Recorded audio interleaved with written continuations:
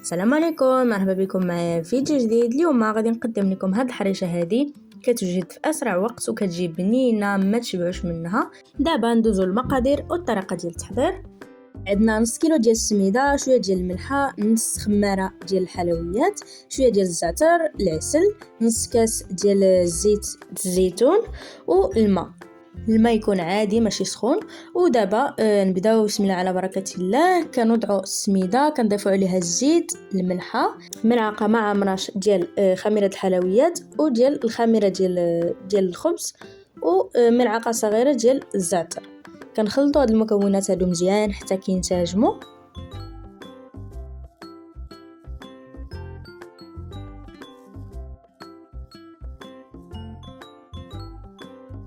كنضيفوا ملعقه ديال العسل وكنضيفوا داك 2 كيسان ديال الماء وكنخلطوا جميع هاد المكونات.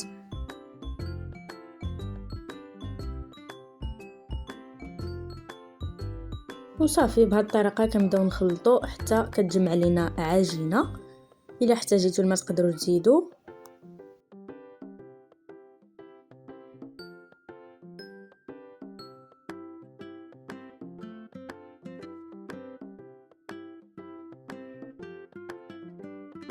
ودابا كما كتلاحظوا عندي تما مقله ديال الحرشه اولا ديال المسمن.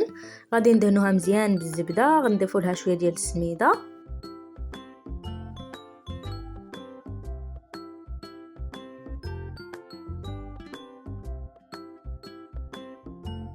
وصافي. دابا كنوضعوا العجينه ديالنا اولا الحرشه ديالنا وغادي نقرصوها بشويه ديال الماء في المقله كامله.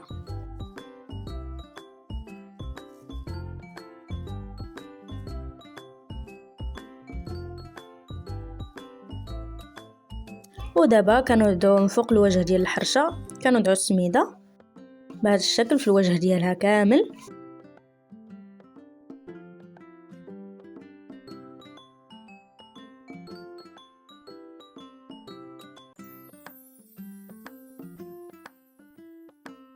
وبالظهر ديال واحد المعلقه تكون صغيره بحال هذه كنقادو الجناب ديال الحرشه ديالنا.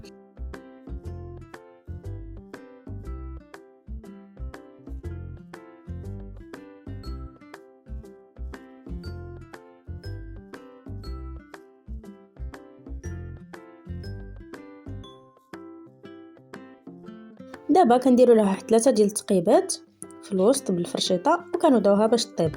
ملي كطيب على واحد الوجه كنقلبوها كنردوها طيب على الوجه الاخر. العافيه تكون يعني متوسطه. وهذا هو الشكل ديالها ملي كطيب، راه كتجي رائعه وبنينه ما تشبعوش منها. وكيكون هذا هو الشكل ديال الطبق ديال هذا الفيديو. وإلا عجبكم ما تنساوش تدعموني بلايك واشتراك وفعلوا الجرس باش يوصلكم كل جديد. بالصحه والراحه، نتلاقاو في الفيديو الجاي ان شاء الله. السلام عليكم.